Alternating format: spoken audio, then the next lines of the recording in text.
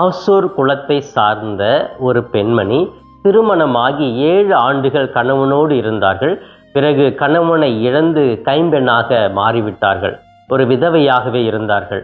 விதவையாக இருந்து ஒரு இறைவாக்கு உரைக்கக்கூடிய ஒரு பெண்மணியாக ஆலயத்தில், எருசலேம் ஆலயத்திலே பக்தியோடு பணி செய்வதிலே தன்னுடைய வாழ்க்கையே செலவழித்தார்கள்.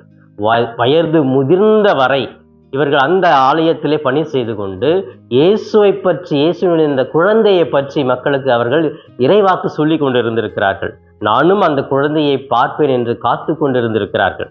நேற்றைய தினம் நாம் சிமியோன் அந்த குழந்தையை பார்த்த உடனே எனது கண்கள் மீட்பை கண்டு கொண்டன, அந்த பேரொளி என்னை நோக்கி வந்தது அப்படின்னு சொன்னது போல இந்த நற்செய்தியிலே சிறப்பாக இன்னொரு இறைவாக்கினர், அண்ணா என்ற இறைவாக்கினர், இந்த குழந்தை எனக்கு மீட்பை கொண்டு வந்தது, அந்த குழந்தையை நானும் பார்த்து விட்டேன் என்று இவருடைய இறைவாக்கும் பழித்து விட்டதை இந்த நற்செய்தி நாம் படிக்கிறோம். அன்புக்குரியவர்களே, இந்த நற்செய்தி நமக்கு என்ன சொல்லுகிறது என்றால், காத்திருந்து அந்த மீட்பை அனுபவித்த இந்த பெண்ணுடைய வாழ்க்கையில என்ன இருந்ததுன்னா உறுதியான ஜபம் இருந்தது. இந்த அண்ணா என்ற இந்த இறைவாக்கினர் ஆலயத்தில், எருசலேம் ஆலயத்தில் ஜெபித்து கொண்டே இருப்பார்கள். இரவும் பகலுமாக ஜெபிப்பார்கள், மக்களுக்காக ஜெபிப்பார்கள்.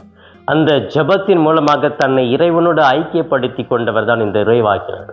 அங்கு வருகிற மக்களுக்கு கூட அந்த நம்பிக்கை கொடுத்து தான் அந்த சகோதரி அங்கே அமர்ந்து கொண்டு இருப்பார்கள்.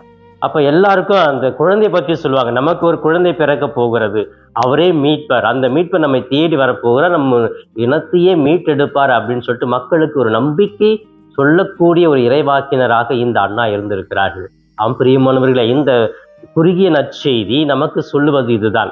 ஜபத்தின் மூலமாக நாம் உறுதியாக நம்பிக்கையோடு இருந்தோம் என்றால் மீட்பு நம்மை தேடி வரும். அந்த மீட்பு நமக்கு விடுதலையும் மகிழ்ச்சியும் கொடுக்கும் என்று சொல்லப்பட்டிருக்கிறது. எனவே இந்த நற்செய்தியின் மூலமாக இந்த அண்ணா பெற்றது பெரும் மகிழ்ச்சி, பெரிய மகிழ்ச்சி அனுபவித்தார்கள். ஏன்? அந்த மீட்பை கண்டு கொண்டார்கள்.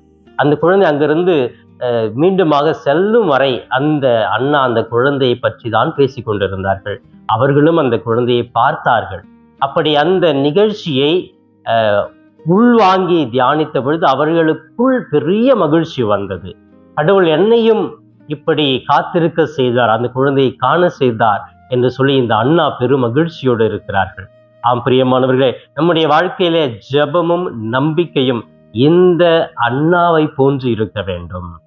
நம்ம சில நேரங்களிலே நம்முடைய ஜெபங்கள் தோய்வு அடைந்து விடுகிறது, நம்பிக்கை இல்லாமல் போய்விடுகிறது. எனவே கிறிஸ்தவம் அப்படின்னு சொன்னாலே நம்பிக்கை மட்டும்தாங்க நமக்கு இருக்கணும். ஜெபிச்சு கொண்டே இருக்கணும்.